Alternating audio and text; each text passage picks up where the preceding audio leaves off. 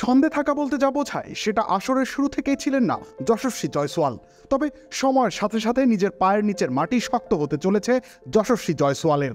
আত্মবিশ্বাস, ছন্দ আর আগ্রাসনের এক অপূর্ব সমন্বয় তিনি দেখালেন রয়্যাল চ্যালেঞ্জার্স বেঙ্গালুরুর বিপক্ষে। উদ্বোধনের ঝড় থেকে শুরু, মিডল ওভারে রানের চাকা সচল রাখা, সব জায়গাতেই সরব ছিল জয়সওয়ালের ব্যাট। ৪৭ বলে ৭৫ রান করেন, ১০টা ৪ আর ২টা ছক্কায় সাজানো ইনিংস। Strike rate ১৫৯।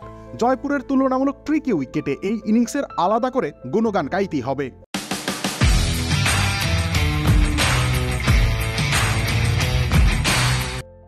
আজকের দিনে রাজস্থান রয়্যালসের সেরা পারফর্মার তিনি। সবার মধ্যে সবথেকে বেশি টি-20 সুলভ ব্যাটিং করতে পেরেছেন কেবলমাত্র তিনি। ইনিংস শেষে রাজস্থান বোর্ডে জমা করে ১৭৩ রান। এর পুরোটাই সম্ভব হয়েছে যশস্বীর জন্য। যদিও তাকে থামতে হয় জশ হ্যাজেলউডের সামনে। হ্যাঁ, ইনিংসটা থেমে গেছে, কিন্তু এই যশস্বী জয়সওয়াল থামেন না। এটাই তার নিয়মিত গল্প। বারবার উঠে দাঁড়ানোর গল্প, বারবার হোঁচট খেয়ে আবার নতুন করে জ্বলে ওঠার গল্প। হ্যাজেলউডের বল হয়তো থামিয়ে দিয়েছে স্কোরবোর্ড, যশস্বী হয়তো ঠিক ওখান থেকেই আবার শুরু করবেন পরের ইনিংসের প্রস্তুতি। রবিউল ইসলাম রনি, খেলা ৭১।